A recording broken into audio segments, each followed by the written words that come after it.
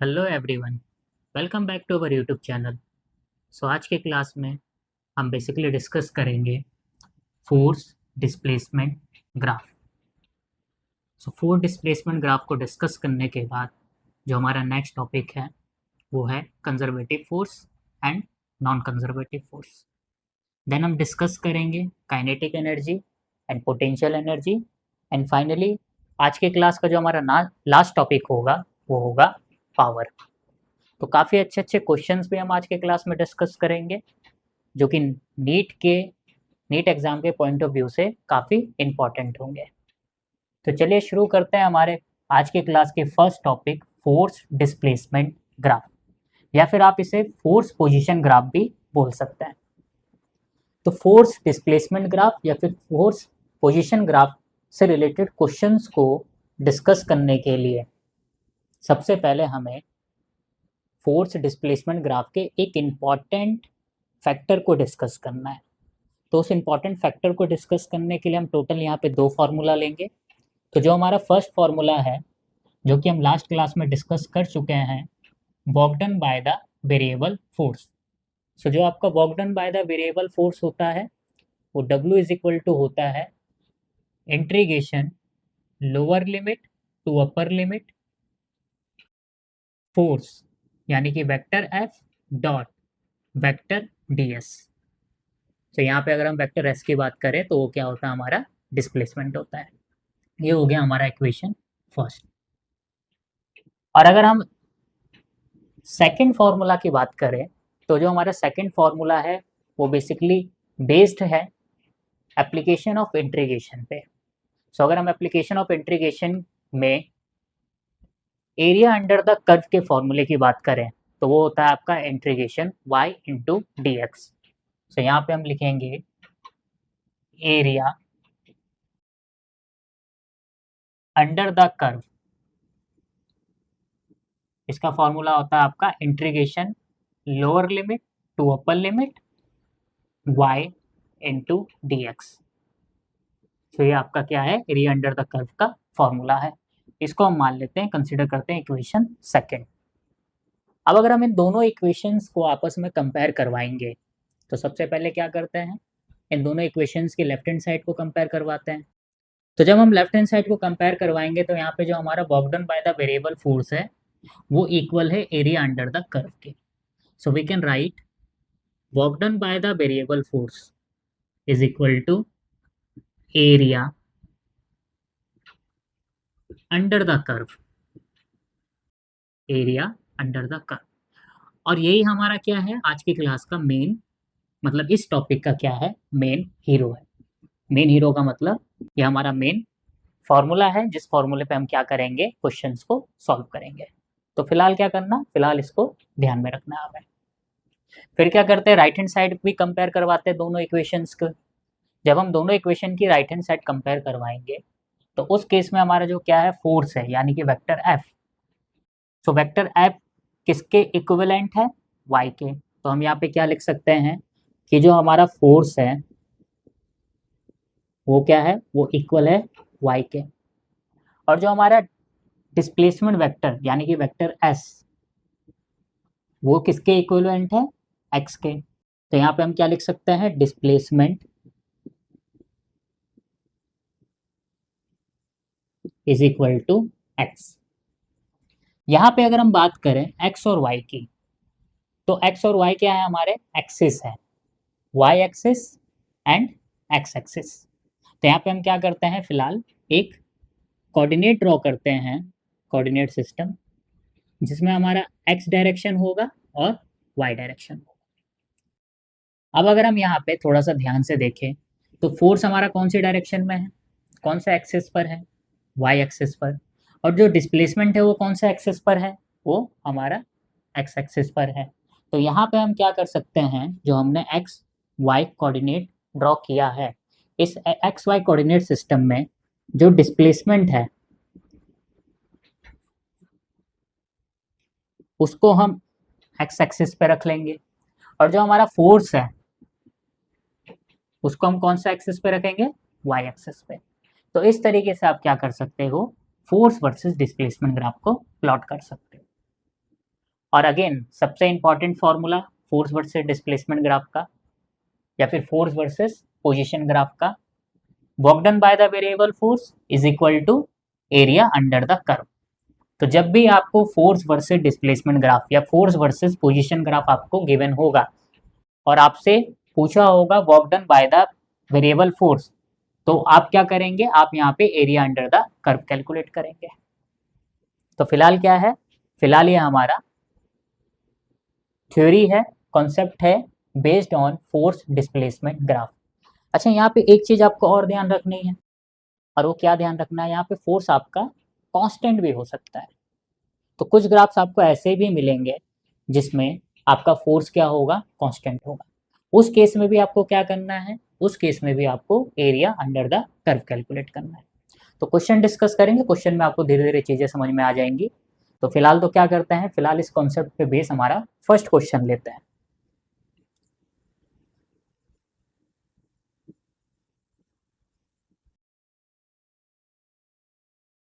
तो जो हमारा फर्स्ट क्वेश्चन है,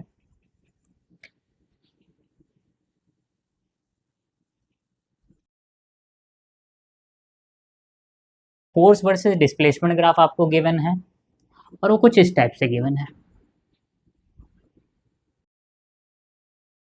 अगर हम यहाँ पे बात करते हैं फोर्स की, तो फोर्स का जो मैक्सिमम मैग्नीट्यूड है वो कितना है, 5 न्यूटन। अब यहाँ फोर्स वेरी कर रहा है। शुरू में फोर्स हमारा इनिशियल केस में फोर्स कितना था, 0 था, क्योंकि ओरिजिन पे था। धीरे धीरे क्या हो रहा है, देखो फोर्स की वैल्यू धीरे धीरे इंक्रीज हो रही है और अपने कौन से मैग्नीट्यूड तक जा रही है, मैक्सिमम मैग्नीट्यूड तक जा रही है, जिसका वैल्यू कितना है, 5 न्यूटन। और इस फोर्स की वजह से जो पार्टिकल का डिस्प्लेसमेंट हुआ है, इस पार्टिकल का डिस्प्लेसमेंट कितना हुआ है, 2 मीटर। अब आपको यहाँ पे कैलकुलेट करना है work done by the force, work done by the force. अब ये फोर्स कैसा है, फिलहाल तो यहाँ पे फोर्स हमारा वेरिएबल है। फोर्स वेरिएबल कैसे, क्योंकि यहाँ पे फोर्स की वैल्यू क्या हो रही है, धीरे धीरे इंक्रीज हो रही है। जरूरी नहीं इंक्रीज हो, डिक्रीज भी हो सकती है। ओवरऑल क्या हो रहा है, फोर्स की वैल्यू यहाँ पर चेंज हो रही है। इट्स मीन गिवन फोर्स की आपका वेरिएबल है। कांस्टेंट फोर्स भी आएगा, पर फिलहाल तो हम क्या करते हैं, वेरिएबल फोर्स के लिए हम वर्क डन कैलकुलेट कर लेते हैं जब आपको क्या होगा, force versus displacement graph given होगा।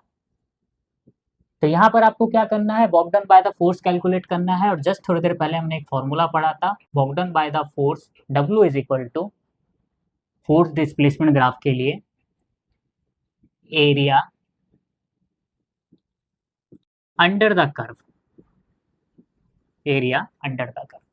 और ये जो एरिया अंडर द कर्व आप कैलकुलेट करोगे, वो कौन सा एक्सेस के लिए कैलकुलेट करोगे, with the axis of x. तो जो आपका एक्स के साथ आपका एरिया कवर होगा, उस एरिया को आप क्या करोगे, यहाँ पे कैलकुलेट करोगे। तो यहाँ पे क्या लिखते हैं, विद एक्स एक्सिस। तो यहाँ पे हमारा कौन सा एरिया में कवर, कौन सा एरिया कैलकुलेट करना है, ये वाला एरिया जो हम शेडेड कर रहे हैं, इस एरिया को कैलकुलेट करना है। और अगर हम इस एरिया की बात करें, तो फिलहाल ये हमारा कैसा स्ट्रक्चर बना है, फिलहाल हमारा यहाँ पे एक ट्रायंगुलर स्ट्रक्चर बना है। इस ट्रायंगल का हम नाम दे देते हैं OAB। तो एक ट्रायंगुलर शेप बनी है, तो हमें एरिया किसका कैलकुलेट करना है, ट्रायंगल का एरिया कवर करना है। साथ में हमने देखो क्या करा, साथ में हमने ये भी ध्यान रखा कि जो एरिया है कौन सा एक्सिस के साथ है, एक्स के साथ है। क्योंकि यहाँ पे हमने क्या कर रखा, देखो एक्स के साथ बना रखा। वाई के साथ कौन सा एरिया है, वाई के साथ ये वाला एरिया। अब बाय अलग यहाँ पर क्या है, यहाँ पर ये दोनों एरिया इक्वल है। तो फिलहाल तो क्या है, ऐसा जरूरी नहीं कि दोनों area each and every case के लिए इक्वल हो। इस स्पेशल केस के लिए क्या हो रहा है, जितना एरिया हमारा एक्स में कवर हो रहा है, ठीक सिमिलर उतना ही एरिया क्या हो रहा है, वाई में भी कवर हो रहा है। बट आपको हमेशा कौन से एक्सिस के साथ एरिया देखना है, हमेशा एक्स के साथ आपको एरिया देखना है। तो area under the curve with x axis. तो फाइनली यहाँ पे अगर हम बात करें इस गिवन एग्जांपल में, तो एरिया अंडर द कर्व क्या हो जाएगा, एरिया ऑफ ट्राइंगल OAB। तो यहाँ पर क्या होगा, एरिया ऑफ ट्राइंगल OAB और एरिया ऑफ ट्राइंगल क्या होता है? वो होता है W is equal to 1/2 base into height. तो 1/2 तो आपका 1/2 रहेगा। अब देखो यहाँ पे बेस क्या है, ये है आपका बेस, और ये कितना है 0 to 2 मीटर, मतलब बेस कितना है यहाँ पे आपको गिवन 2 मीटर। तो बेस की जगह आप क्या करोगे, बेस की जगह आप वैल्यू पुट कर दोगे कितना 2 इंटू हाइट। हाइट कितनी है, हाइट है ये आपका हाइट है, जो कि कितना गिवन दे रखा है, ये गिवन दे रखा है आपको 5 मीटर, ओ सॉरी 5 न्यूटन। तो यहाँ पे आपका जो हाइट है वो कितना हो जाएगा 5 न्यूटन हो जाएगा, मतलब 5। 2 से 2 कैंसल, तो फाइनली आपका जो वॉकडन है वो कितना आ जाएगा, वॉकडन यहाँ पे आ जाएगा 5 जूल। इस तरीके से given graph force versus displacement graph में आप क्या कर सकते हैं, वॉकडन कैलकुलेट कर सकते हैं area under the curve calculate करके। फिलहाल तो हमारा फर्स्ट क्वेश्चन था, चलिए नेक्स्ट क्वेश्चन भी डिस्कस करते हैं। जो हमारा नेक्स्ट क्वेश्चन है काफ़ी अच्छा क्वेश्चन है, तो पहले इस क्वेश्चन को रीड करते हैं, देन फाइनली इस क्वेश्चन को हम क्या करेंगे, सॉल्व करेंगे। तो क्वेश्चन में देखो क्या बोल रहा है, क्वेश्चन में बोल रहा है a position dependent force F acting on a particle and its force position curve is show the figure.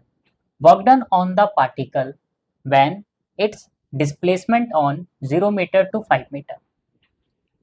तो बेसिकली आपको क्या करना है, वर्क डन कैलकुलेट करना है on the particle when displacement कितना 0 to 5 मीटर के लिए, और आपको यहाँ पे फोर्स और पोजीशन का ग्राफ आपको गिवन दे रखा है। तो वाई एक्सिस पे क्या है, फोर्स है, और एक्स एक्सिस की अगर हम बात करें तो इस पे आपको क्या गिवन दे रखा है, पोजीशन गिवन दे रखा है।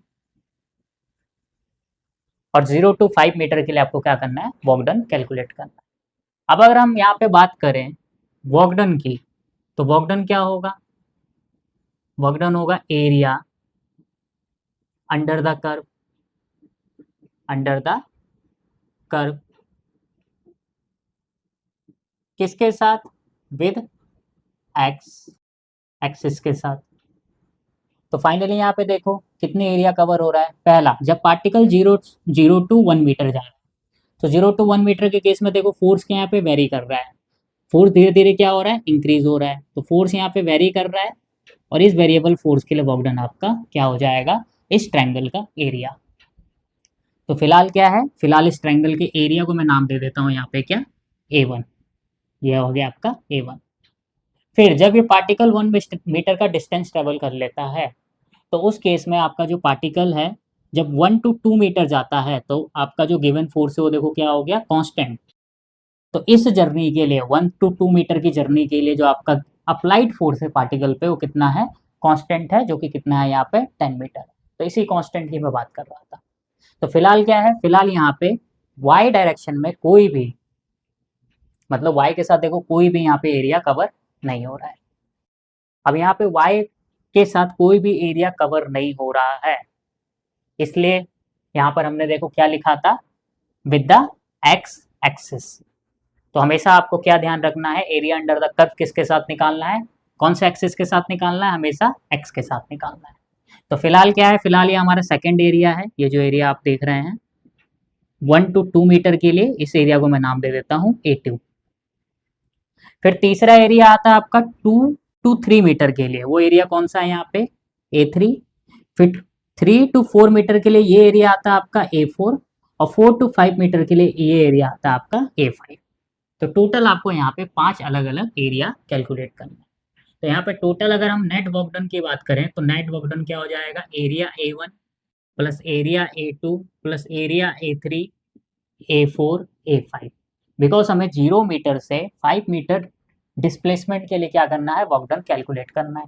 तो 0 मीटर से 5 मीटर तक जितना भी एरिया आपका कवर होगा फोर्स पोजीशन ग्राफ या फोर्स डिस्प्लेसमेंट ग्राफ में, वो एरिया अंडर द कर्व क्या होगा, हमारा नेट वर्क डन होगा। सो अब आपको बेसिकली कैलकुलेट करना है A1 A2 A3 A4 और A5 की वैल्यू। और जैसे हम A1 A2 A3 A4 A5 की वैल्यू कैलकुलेट करके इसका एल्जेब्रिक सम करेंगे, तो हमें क्या मिल जाएगा, नेट वर्क डन मिल जाएगा। अब एल्जेब्रिक्स हम इसलिए कर रहे हैं बिकॉज यहाँ पे जो हमारा वर्क डन है वो स्केलर क्वांटिटी है, तो आपको ध्यान रखना है कि यहाँ पर आपका जो मैग्नीट्यूड है अगर वो पॉजिटिव है तो पॉजिटिव रखोगे वो वैल्यू, अगर वो नेगेटिव है तो विद साइन नेगेटिव वो वैल्यू रखोगे। तो स्केलर के सम में आपको ये ध्यान रखना पड़ता है कि जैसी वैल्यू है उसको वैसे ही रखना, पॉजिटिव टू पॉजिटिव, अगर नेगेटिव तो नेगेटिव। तो फिलहाल हम यहाँ पे क्या कैलकुलेट करते हैं, सबसे पहले A1 कैलकुलेट करते हैं। तो A1 कौन सा है, ये ट्रायंगल है, एरिया ऑफ ट्रायंगल, ये आपको जो दिखाई दे रहा है। अगर एरिया ऑफ ट्रायंगल की बात करें तो यहाँ पे क्या हो जाएगा, area of triangle 1/2 base into height. अब इसकी बेस देखो कितना है, बेस है यहाँ से यहाँ तक, तो ये बेस कितना हो जाएगा, ये बेस हो जाएगा आपका 1 मीटर। तो 0 to 1 मीटर, तो बेस कितना हो गया, यहाँ पे 1 आ गया। और जो हाइट है वो हाइट क्या होगी, वो हाइट होगी आपकी इस पॉइंट से लेके इस पॉइंट तक के बीच की वैल्यू, और ये हमारे यहाँ से लेके यहाँ तक की वैल्यू कितनी है, 10 न्यूटन। तो हाइट यहाँ पे क्या हो जाएगा, 10 न्यूटन। तो हम यहाँ पे कितना लिखेंगे, 10 न्यूटन प्लस A2। अब A2 में देखो हमारे पास क्या है, एक रेक्टेंगुलर शेप है। रेक्टेंगुलर शेप मतलब अगर हम इसके एरिया की बात करें तो रेक्टेंगुलर शेप का एरिया क्या होगा, यहाँ पे A2 आ जाएगा L into B, length into breadth. अगर हम लेंथ की बात करें तो लेंथ देखो कितनी है यहाँ पे, 1 मीटर टू 2 मीटर, मतलब कितना हो जाएगा यहाँ पे 1 मीटर इसकी लेंथ हो जाएगी। और अगर ब्रेथ की बात करें तो ब्रेथ कितना है, देखो ब्रेथ है यहाँ पे ये वैल्यू, जो कि कितनी है, ये वैल्यू आपकी 10 न्यूटन। तो लेंथ हो गई आपकी 1 मीटर, क्योंकि 1 to 2 मीटर जा रहा है ये। और ब्रेथ हो गई इसकी कितनी, 10 न्यूटन। तो ये हाइट कितनी हो गई यहाँ पे 10 न्यूटन की, तो ब्रेथ कितना लिख देंगे हम, 10 न्यूटन प्लस A3 निकालते हैं। तो जब हम A3 निकालेंगे तो A3 अगेन क्या हो गया, ट्रायंगल हो गया, और ट्रायंगल का एरिया अगेन क्या हो जाएगा, 1/2 बेस इंटू हाइट। अब बेस कितना होगा, ये कहाँ से कहाँ की तरफ जा रहा है, 2 to 3 मीटर जा रहा है, तो ये जो बेस है कितना हो जाएगा आपका 1 मीटर हो जाएगा। और हाइट अगेन देखो कितनी हो जाएगी, यहाँ से लेके यहाँ तक, और यहाँ से लेके यहाँ तक इसकी हाइट कितनी है, 10 न्यूटन की। तो आपका जो क्या है बेस है वो आ जाएगा आपका 1, और हाइट हो जाएगी इसकी 10। तो 1/2 बेस इंटू हाइट, जो कि ट्रायंगल का एरिया होता है। A4 भी अगेन क्या है, ट्रायंगल है, तो A4 भी क्या होगा, ट्रायंगल का एरिया 1/2 बेस। अब देखो यहाँ पे जो बेस है वो क्या है, 3 मीटर टू 4 मीटर। तो टोटल यहाँ पे अगर हम बेस की बात करें तो बेस का यहाँ पे कितना, बेस कितना हो जाएगा 1 मीटर। तो बेस की जगह हम कितना लिख देंगे, 1 मीटर इंटू हाइट। अब देखो हाइट क्या है, ये है इस ट्रायंगल के लिए, और ये हाइट देखो कितनी है, 0 to -10 न्यूटन, क्योंकि अपोजिट डायरेक्शन में है y के। तो यहाँ पर जो हमारी हाइट है वो कितनी हो जाएगी, -10 न्यूटन हो जाएगी। तो 1/2 बेस इंटू हाइट, हाइट मतलब -10। और क्योंकि ये हमारा क्या है, वर्क डन स्केलर क्वांटिटी है, तो स्टार्टिंग में ही कहा था अभी जस्ट थोड़ी देर पहले कि अगर आपका नेगेटिव वैल्यू है तो नेगेटिव रखेंगे, पॉजिटिव वैल्यू है तो पॉजिटिव रखेंगे। अब क्योंकि यहाँ पे -10 न्यूटन है इसकी हाइट, तो आपको -10 रखना पड़ेगा। फाइनली फिफ्थ जो हमारा एरिया है वो अगेन क्या है, देखो ये फिफ्थ एरिया रेक्टेंगुलर शेप है। रेक्टेंगुलर शेप का एरिया अगेन क्या हो जाएगा, A5 का L इंटू बी। लेंथ कितनी है, लेंथ है ये 4 to 5, मतलब 1 मीटर। ब्रेथ कितनी है, ब्रेथ है ये, और ये जो आपकी ब्रेथ है ये अगेन कितनी है, देखो 0 to -10 न्यूटन। तो ब्रेथ कितनी आ जाएगी आपकी, -10। तो ये आ गया -10। अब जब इसको आप सॉल्व करोगे तो W इज इक्वल टू क्या आएगा, देखो 1/2, ये 5 टाइम्स चला गया तो ये आ गया आपका 5। ये देखो ये कितना होगा, ये हो जाएगा आपका प्लस का 10। ये कितना हो जाएगा, ये 5 टाइम्स चला गया, कितना आ जाएगा प्लस का 5। ये अगेन कितनी बार चला जाएगा, देखो माइनस का 10 है, तो 2 को जब माइनस के 10 से आप क्या करोगे, कैंसल आउट करोगे, डिवाइड करोगे, तो कितना आ जाएगा ये माइनस का 5। और ये 1 मल्टीप्लाई -10, तो कितना आ जाएगा माइनस का 10। तो देखो क्या है यहाँ पे, माइनस के 5 से प्लस का 5 कैंसिल, प्लस के 10 से माइनस का 10 कैंसिल। तो फाइनली आपका जो नेट वर्क डन है वो कितना आ गया, 5 जूल। तो 0 to 5 मीटर डिस्प्लेसमेंट के लिए ये जो आपका फोर्स पोजीशन ग्राफ गिवन दे रखा है, उसके लिए जो आपका नेट वर्क डन होगा पार्टिकल पे, जो कि ये फोर्स अप्लाई कर रहा है, वो कितना होगा आपका 10 जूल। तो इस तरीके से आप क्या कर सकते हो, इस तरीके से आप फोर्स डिस्प्लेसमेंट ग्राफ या फिर फोर्स पोजीशन ग्राफ अगर आपको गिवन है तो आप वर्क डन कैलकुलेट कर सकते हो। ठीक है, चलिए फिलहाल आप इसको नोट डाउन करिए और फिर हम नेक्स्ट टॉपिक की तरफ स्विच करते हैं। सो जो हमारा नेक्स्ट टॉपिक है वो है conservative force and non conservative force. जो हमारा नेक्स्ट टॉपिक है वो है conservative force and non conservative force. तो टोटल यहाँ पे हमारे दो फोर्सेस हैं, या तो फोर्स आपका कंजर्वेटिव फोर्स होगा, अदरवाइज वो फोर्स आपका क्या होगा, नॉन कंजर्वेटिव फोर्स होगा। अगर हम यहाँ पे बात करें कंजर्वेटिव फोर्स और नॉन कंजर्वेटिव फोर्स के डेफिनेशन की, तो टोटल दो डेफिनेशन है। उन दो में से किसी एक डेफिनेशन के बेसिस पे हम क्या बता सकते हैं कि जो हमारा गिवन फोर्स है वो कंजर्वेटिव है या नॉन कंजर्वेटिव है। तो जो हमारी फर्स्ट डेफिनेशन है वो बेस्ड है बेसिकली किस पे, work done by the force पे। तो on the basis of work done by the force की डेफिनेशन को हम पहले समझते हैं, उसके बाद जो हमारा सेकंड डेफिनेशन है फिर उसको समझेंगे। तो on the basis of work done by the force, इसके लिए हम क्या करते हैं, पहले एक छोटा सा एग्जांपल लेते हैं। और ये एग्जांपल है कि हमारा एक पार्टिकल है और पार्टिकल क्या कर रहा है, सर्कुलर मोशन कर रहा है। अब इस पार्टिकल ने क्या करा, पार्टिकल ने पॉइंट ए से मोशन को शुरू किया, तो इसका क्या हो जाएगा, इस पार्टिकल का ये इनिशियल पॉइंट होगा।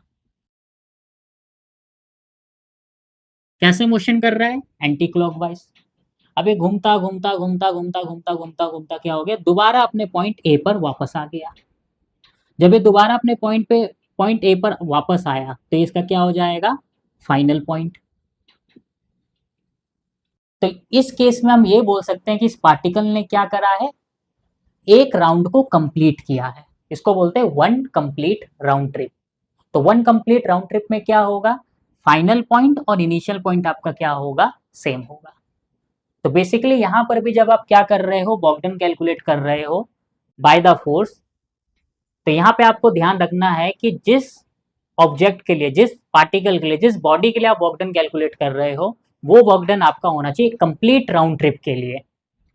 कंप्लीट राउंड ट्रिप का मतलब ये है कि जहां से आपका मोशन शुरू होगा, पार्टिकल जहां से मोशन शुरू करेगा वहीं जाके पार्टिकल दोबारा क्या होगा, अपने मोशन को फिनिश करेगा।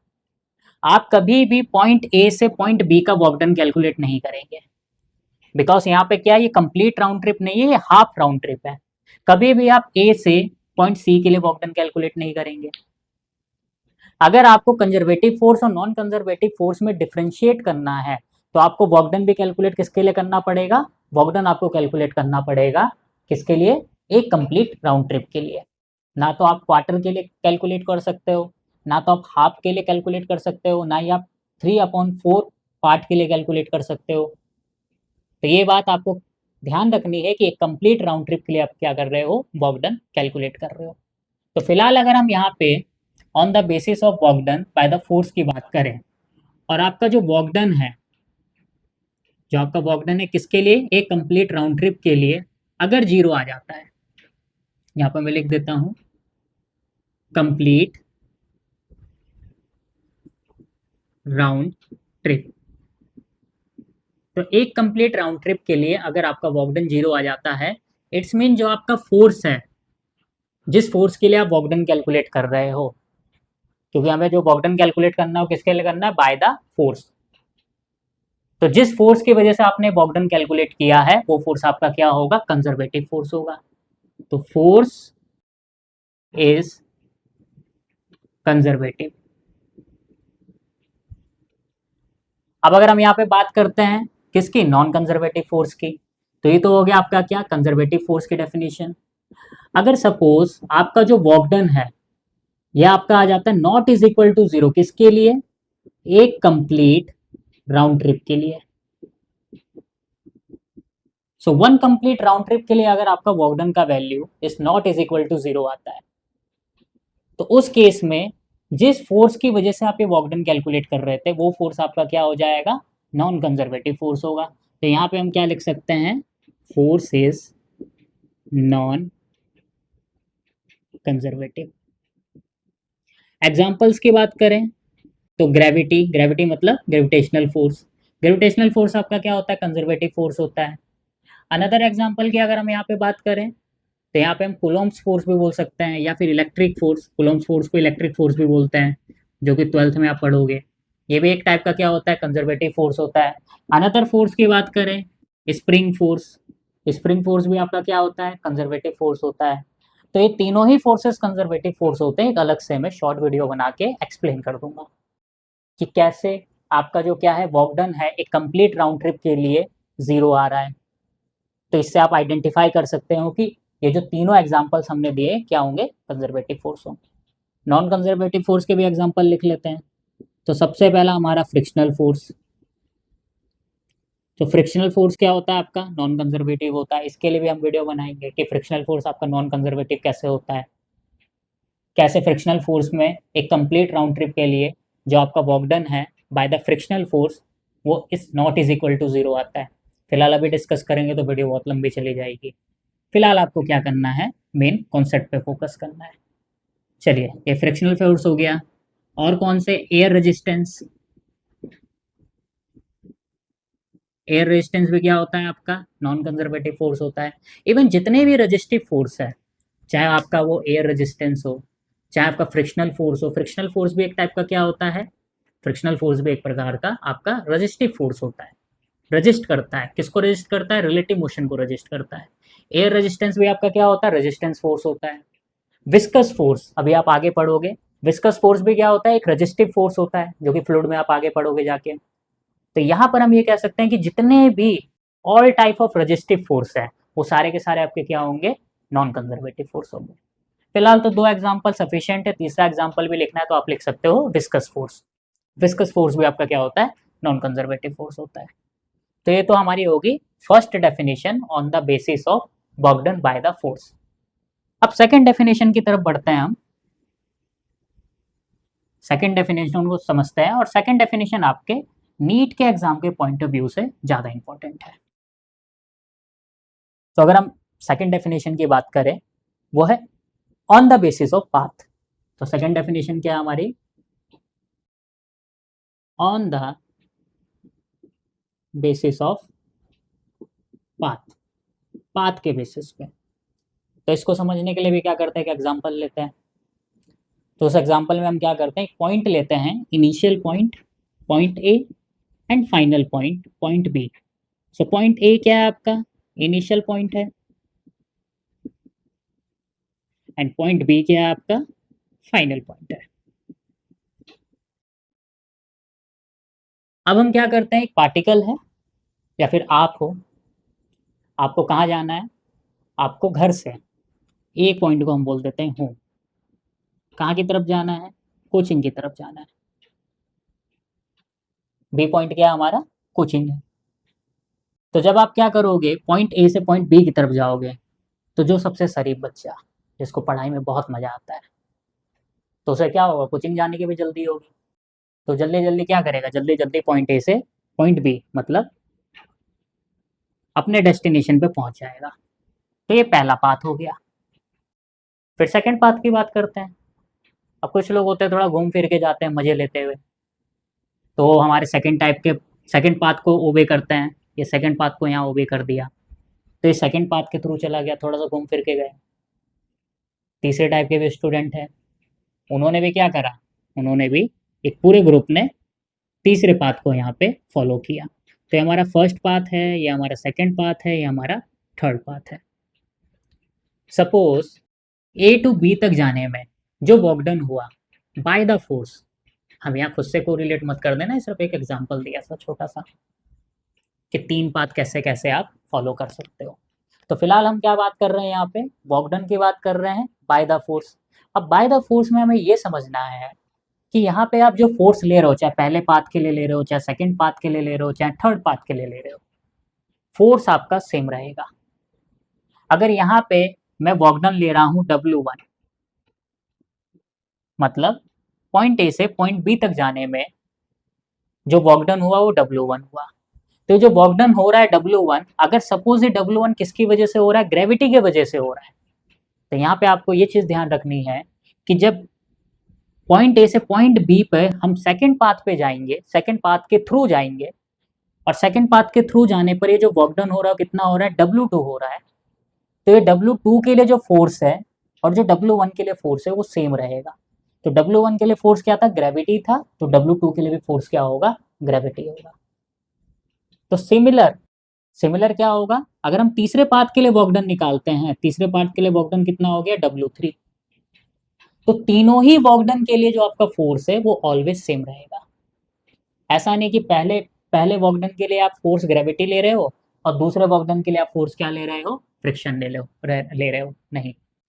W1 वर्क डन भी जो है आपका, वो किसकी वजह से हो रहा है, बाय द फ्रिक्शन की वजह से हो रहा है, या ग्रेविटी हमने लिया था, चलो ग्रेविटी का एग्जांपल ले लेते हैं। तो W1 हमारा क्या है, W1 है work done by the gravity. W2 भी क्या है, W2 भी है work done by the gravity. और W3 भी क्या है, W3 भी है work done by the gravity. तो ये चीज आपको ध्यान रखनी है कि तीनों वर्क डन के लिए फोर्स आपका क्या रहेगा, एक जैसा रहेगा। तो फिलहाल हमारी जो कंडीशन है on the basis of path, तो पहले जो हमारा क्या है, पहली कंडीशन लिखते हैं हम, if W1 is equal to W2 is equal to W3। मतलब तीनों ही वर्क डन, चाहे आप पहले पास से जाओ, चाहे दूसरे पास से जाओ, चाहे तीसरे पास से जाओ, तीनों ही work done by the force क्या होगा आपका, इक्वल होगा। चाहे चौथा पाथ ले लो, चौथे पाथ के लिए भी आपका क्या होगा, जो work done by the force होगा वो इक्वल रहेगा। पांचवा पाथ ले लो, उसके लिए भी आपका work done by the force क्या रहेगा, इक्वल रहेगा। बट कंडीशन है, कंडीशन क्या है कि आपका फोर्स क्या रहेगा, force is same for each work, each and every work के लिए आपका फोर्स क्या रहेगा, सेम रहेगा। जैसे कि हमने ग्रेविटी वाला एग्जांपल दिया जस्ट अभी थोड़ी देर पहले।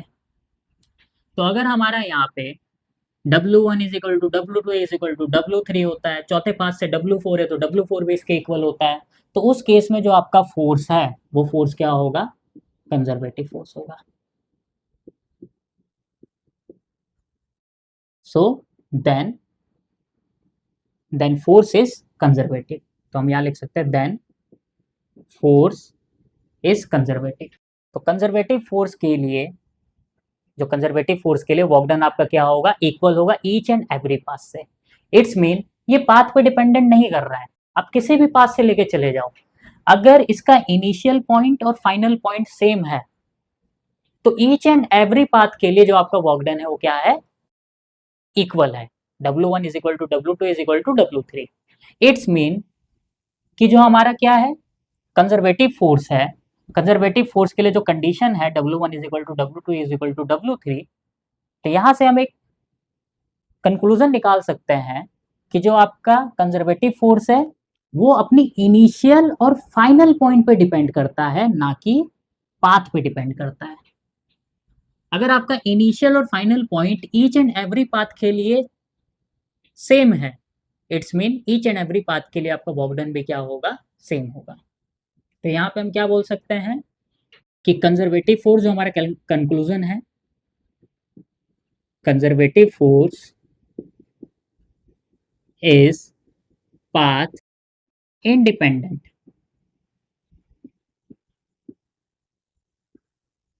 It is depend on, it is depend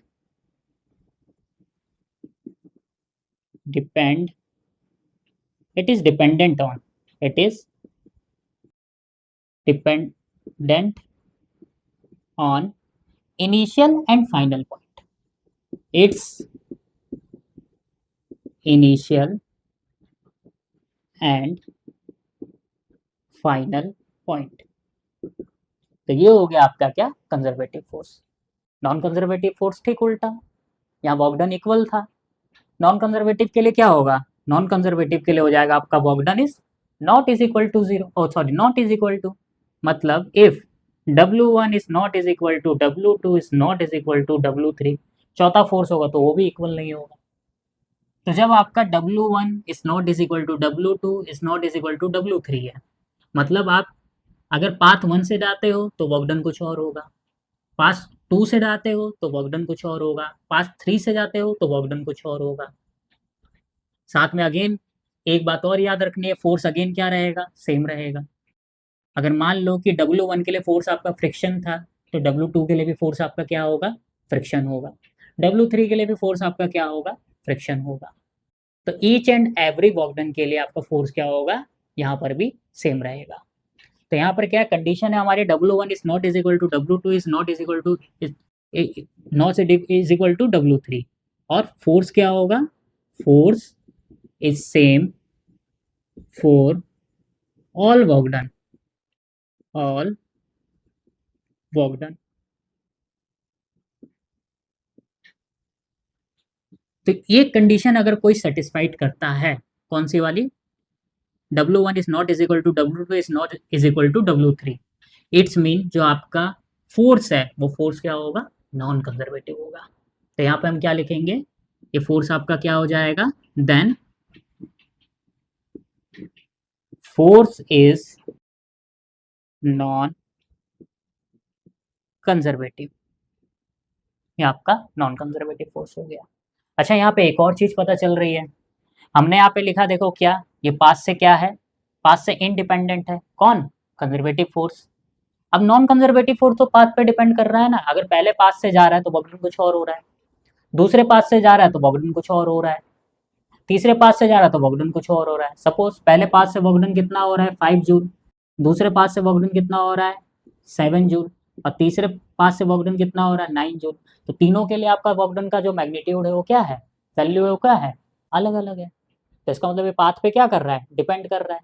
पहले पाथ से जाएगा तो थोड़ा कम वर्क डन लगेगा, दूसरे पाथ से जाओगे तो थोड़ा ज़्यादा वर्क डन लगेगा, और तीसरे पाथ से जाओगे तो थोड़ा और ज़्यादा वर्क डन लगेगा। इट्स मीन जो आपका क्या होता है, नॉन कंजर्वेटिव फोर्स होता है, वो क्या होता है, non conservative force path dependent. ठीक है, तो ये नॉन कंजर्वेटिव फोर्स के लिए आप क्या लिख सकते हो कि it is a path dependent. तो कंप्लीट लिख देते हैं हम इसको, एक पॉइंट बना के लिख देते हैं फिलहाल, non conservative force is path dependent. तो ये आपका हो गया क्या, कंजर्वेटिव और नॉन कंजर्वेटिव के बारे में, और काफ़ी अच्छा टॉपिक है। और जो आपकी सेकेंड डेफिनेशन है, on the basis of path, यहाँ पर क्या होगा, on the basis of path आपके क्वेश्चंस पूछे जाएंगे। तो on the basis of path क्या होता है, जो आपका कंजर्वेटिव फोर्स होता है वो पाथ से इंडिपेंडेंट होता है।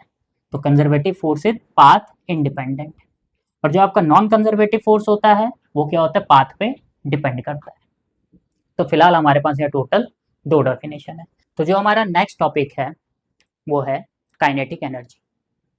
सो अगर हम काइनेटिक एनर्जी की बात करें तो ये हमारे लिए एक नया फिजिकल क्वांटिटी भी है, और जब भी एक नई फिजिकल क्वांटिटी आएगी तो हम क्या करेंगे, उस फिजिकल क्वांटिटी का एक छोटा सा इंट्रोडक्शन देंगे कि वो फिजिकल क्वांटिटी आपकी स्केलर है या वेक्टर है, फिर हम उसका यूनिट देखेंगे कि उसकी यूनिट क्या है, और देन फाइनली क्या करेंगे, उस फिजिकल क्वांटिटी का डायमेंशन निकालेंगे।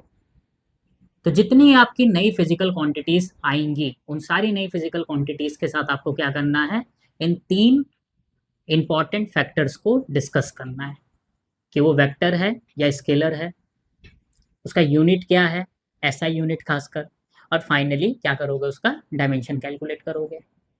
बट ये तीनों ही डिस्कस करने से पहले हम इसकी डेफिनेशन और इसके फॉर्मूले की बात करते हैं। तो अगर हम बात करते हैं काइनेटिक एनर्जी की, तो किसी भी बॉडी में काइनेटिक एनर्जी तभी पॉसिबल है जब वो बॉडी क्या होगा, आपका मूविंग होगा। अगर कोई मूविंग बॉडी है, इट्स मीन उसमें कुछ ना कुछ काइनेटिक एनर्जी होगा। तो यहाँ पे हम कह सकते हैं ड्यू टू मोशन। तो काइनेटिक एनर्जी के होने का, प्रेजेंट होने का कारण क्या है, किसी भी बॉडी में काइनेटिक एनर्जी कब होगा, जब वो बॉडी क्या होगी, मोशन में होगी, मतलब मूविंग होगा। तो ये तो हो गया इसके पीछे का कारण कि काइनेटिक एनर्जी आखिर क्यों होती है किसी बॉडी में। अब इसके फॉर्मूले की बात करते हैं, तो फॉर्मूला के इज इक्वल टू, के क्या होता है, काइनेटिक एनर्जी का नोटेशन होता है। तो जब भी हम यहाँ पर मैकेनिक्स में फिलहाल अगर के लिखेंगे तो के का मतलब है हम किसकी बात कर रहे हैं, काइनेटिक एनर्जी की। और अगर के का कोई दूसरा मीनिंग है, अगर कोई दूसरी फिजिकल क्वांटिटी के को डिफाइन करती है, तो उस केस में हम क्या करेंगे, क्वेश्चन में मेंशन करेंगे कि के यहाँ पर काइनेटिक एनर्जी ना होके कोई दूसरी फिजिकल क्वांटिटी है। फिलहाल तो यहाँ पर के क्या हमारा काइनेटिक एनर्जी का नोटेशन है, और इसका फॉर्मूला होता है 1/2 m into v square. M क्या होता है, मास ऑफ द बॉडी या मास ऑफ द ऑब्जेक्ट, जिस ऑब्जेक्ट के लिए आप काइनेटिक एनर्जी कैलकुलेट कर रहे हैं। और वी क्या होता है, वी होता है यहाँ पे velocity of the object, velocity of the object. चलिए, ये तो बात हो गई हमारी किसकी, ये तो हमारी बात हो गई फॉर्मूले की। अब हम डिस्कस करते हैं वो तीनों इंपॉर्टेंट फैक्टर जो कि हमें हर एक फिजिकल क्वांटिटी के लिए डिस्कस करना है। सबसे पहले कि ये वेक्टर है या स्केलर है। तो देखो यहाँ पे मास भी क्या है, मास यहाँ स्केलर होता है, और वेलोसिटी का स्क्वायर, कभी भी स्क्वायर में वेक्टर पॉसिबल नहीं है। ये हमने वेक्टर वेक्टर प्रोडक्ट में देखा था, प्रोडक्ट ऑफ वेक्टर में देखा था, स्क्वायर में कभी भी वेक्टर पॉसिबल नहीं होगा। तो ये भी स्केलर, ये भी स्केलर, कुछ वेक्टर है ही नहीं इसमें, तो काइनेटिक एनर्जी ओवरऑल क्या हो जाएगा बताओ, स्केलर होगा।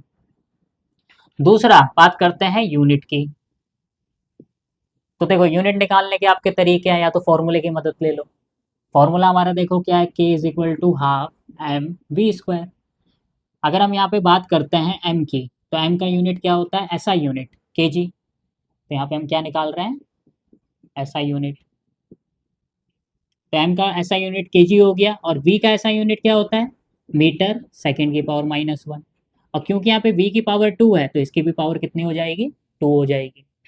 तो फाइनली जब आपको इसको सिंप्लीफाई करोगे तो kg मीटर की पावर कितनी हो जाएगी, ये जो स्क्वायर है दोनों में डिस्ट्रीब्यूट हो जाएगा, मीटर की पावर 2, और यहाँ क्या हो जाएगा, सेकंड की पावर यहाँ -1 है, -1 का 2 से मल्टीप्लाई होगा तो सेकंड की पावर -2। तो इसका ऐसा यूनिट है kg मीटर स्क्वायर सेकंड की पावर -2। अभी कहीं देखा देखा सा लग रहा है, क्योंकि यही यूनिट हमने किसकी देखी थी, यही सेम यूनिट हमने एनर्जी की देखी थी। तो हम यहाँ पे बोल सकते हैं कि जो यूनिट आपकी एनर्जी की होती है या बॉग्डन की होती है, बॉग्डन की भी सेम यूनिट देखी थी हमने, तो जो यूनिट आपकी बॉग्डन की होती है, एनर्जी की होती है, वही काइनेटिक एनर्जी की भी होती है। अब क्योंकि हमने जब बॉग्डन की बात करी थी, तो बॉग्डन का एक हमने शॉर्ट यूनिट डिस्कस किया था, वो था जूल। तो यहाँ पर भी इसका एक यूनिट और होगा जिसे हम क्या बोलेंगे, जूल। तो एक काइनेटिक एनर्जी की आपकी क्या है, SI यूनिट है, जो कि kg मीटर स्क्वायर सेकंड की पावर -2, और दूसरी है आपकी क्या, जूल, जैसे कि बॉग्डन था, बॉग्डन का यूनिट था। तीसरा अगर हम बात करते हैं डायमेंशन की, तो डायमेंशन आपका काइनेटिक एनर्जी का क्या होगा, जो डायमेंशन बॉग्डन का होगा, क्योंकि यूनिट क्या है, यूनिट दोनों का सेम है। अगर बॉग्डन का यूनिट और काइनेटिक एनर्जी का यूनिट सेम है, इट्स मीन बॉग्डन का डायमेंशन और काइनेटिक एनर्जी का डायमेंशन भी क्या होगा, सेम होगा। या फिर आप क्या कर सकते हो, फॉर्मूले के हेल्प से डायमेंशन कैलकुलेट भी कर सकते हो। फिलहाल तो हमें पता है कि यूनिट सेम है, इट्स मीन डायमेंशन भी सेम होगा। और बॉग्डन का डायमेंशन क्या होता था, mL2T-2।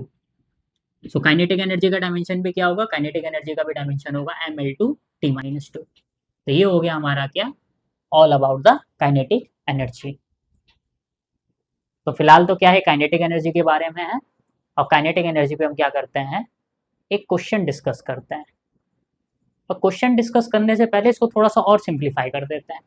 सिंप्लीफाई कैसे करेंगे, देखो अगर मैं यहाँ पे बात करूं मोमेंटम की, जो कि हम पढ़ चुके हैं न्यूटन लॉ मोशन में, so momentum p is equal to होता है आपका m इंटू वी। अगर मैं यहाँ पर v की वैल्यू लिखूं, तो v इज इक्वल टू क्या हो जाएगा, p अपॉन m। तो ये हमारी v की वैल्यू हो गई। और काइनेटिक एनर्जी का जो फॉर्मूला है वो क्या होता है, हाफ m v स्क्वायर। अगर इस v की वैल्यू को उठा के मैं काइनेटिक एनर्जी के फॉर्मूले में पुट करता हूँ, तो यहाँ पे हमारे जो k है वो देखो क्या आ जाएगा, 1/2 m। v की जगह क्या पुट करोगे, p अपॉन m का होल स्क्वायर। तो यहाँ से आपका काइनेटिक एनर्जी आ जाएगा k is equal to 1/2 m p square upon m square. एक m से एक m कैंसिल हो जाएगा, तो finally kinetic energy is equal to आ जाएगा 1/2 पी स्क्वायर अपॉन एम। तो एक अनदर फॉर्मूला है हमारे पास काइनेटिक एनर्जी का, और वो क्या है, K is equal to 1/2 p square upon m. इस फॉर्मूले के हेल्प से भी आप क्या कर सकते हो, काइनेटिक एनर्जी कैलकुलेट कर सकते हो, इफ अगर आपको क्या हो, मोमेंटम गिवन हो। पी यहाँ पे क्या है, पी यहाँ पे है लीनियर मोमेंटम। तो in terms of linear momentum kinetic energy का फॉर्मूला आपका ये होता है। फिलहाल आप इन दोनों फॉर्मूला को नोट डाउन कर लीजिए। इन दोनों फॉर्मूला पे बेस्ड हम क्या करते हैं, कुछ क्वेश्चन डिस्कस करते हैं। सो काइनेटिक एनर्जी पे बेस्ड हम 2 क्वेश्चन डिस्कस करेंगे एंड देन फाइनली आज के लेक्चर को यही फिनिश करेंगे। तो हमारे आज के लेक्चर के आखिरी 2 क्वेश्चन है। तो जो हमारा फर्स्ट क्वेश्चन है काइनेटिक एनर्जी पे बेस्ड, वो है mass of the 2 kg particle moving with velocity 4 metre per second, calculate the kinetic energy and momentum of the particle. तो सबसे पहले जो गिवन है वो हम नोट डाउन कर लेते हैं। तो जो हमारा गिवन है वो है mass of the particle. Mass of the particle कितना दे रखा है, m is equal to 2 kg। Moving with velocity, कितनी वेलोसिटी से मूव कर रहा है, 4 मीटर पर सेकेंड। तो यहाँ पे v की वैल्यू हो गई आपकी 4 metre per second. Calculate the kinetic energy and momentum. तो सबसे पहले तो आपको कैलकुलेट करना है काइनेटिक एनर्जी और फिर आपको कैलकुलेट करना है मोमेंटम p। तो टोटल यहाँ पे 2 फिजिकल क्वांटिटीज आपको कैलकुलेट करना है। तो सबसे पहले हम यहाँ पे कैलकुलेट करते हैं kinetic energy. So kinetic energy का हमने फॉर्मूला पढ़ा है half m v square. So value put करते हैं, हाफ आपका हाफ रहेगा, मास, मास कितना गिवन है 2 kg, तो मास की जगह आप क्या वैल्यू पुट कर देंगे यहाँ पे 2 kg। वेलोसिटी, वेलोसिटी कितना गिवन है 4 मीटर पर सेकेंड स्क्वायर, तो वेलोसिटी की जगह आपका कितना आ जाएगा 4 का स्क्वायर। सो फाइनली 2 से 2 कैंसिल हो जाएगा और काइनेटिक एनर्जी हमारी आ जाएगी 4 का स्क्वायर कितना 16 जूल। तो काइनेटिक एनर्जी हमारी आ गई कितनी 16 जूल। सेकंड आपको क्या कैलकुलेट करना है, काइनेटिक एनर्जी तो आपका कैलकुलेट हो गया, सेकंड आपको मोमेंटम कैलकुलेट करना है। तो हमने एक फॉर्मूला पढ़ा था काइनेटिक एनर्जी का, सेकंड फॉर्मूला हमारा क्या था, kinetic energy K is equal to p square upon 2m। अब अगर हम यहाँ से पी स्क्वायर की वैल्यू निकालेंगे तो पी स्क्वायर की वैल्यू क्या हो जाएगी K इंटू 2m। अब वैल्यू पुट कर देते हैं। तो वैल्यू पुट करने से पहले हम क्या करते हैं, यहाँ पे p square is equal to value put करते हैं। तो के की वैल्यू देखो कितनी है, के की वैल्यू यहाँ पर 16 जूल, तो के की जगह आपका आ जाएगा 16 जूल मल्टीप्लाई 2m, 2 रहेगा। m की वैल्यू कितनी है, m की वैल्यू आपकी गिवन है 2 kg, तो m की जगह आ जाएगा आपका 2। पी स्क्वायर इक्वल टू आपका कितना हो गया 16 into 4, it's mean p square equal to आपका हो जाएगा 64। और अगर हम बात करें p की, तो p इज इक्वल टू होगा अंडर रूट 64, और 64 किसका रूट होता है आपका 8 का। और अगर हम यहाँ पे मोमेंटम के एसआई यूनिट की बात करते हैं, जो कि हमने न्यूटन लॉ मोशन में ऑलरेडी पढ़ चुके हैं, तो मोमेंटम का एसआई यूनिट होता है आपका केजी मीटर सेकंड की पावर -1। तो ये हो गया हमारा क्या, मोमेंटम। तो ये हमारा क्या था, काइनेटिक एनर्जी पे बेस्ड फर्स्ट क्वेश्चन था। सेकंड क्वेश्चन डिस्कस करते हैं। तो जो हमारा सेकंड क्वेश्चन है, ये काफ़ी इंपॉर्टेंट क्वेश्चन है और इवन आपको 12th में भी ये क्वेश्चन आपको कई जगह देखने को मिलेगा।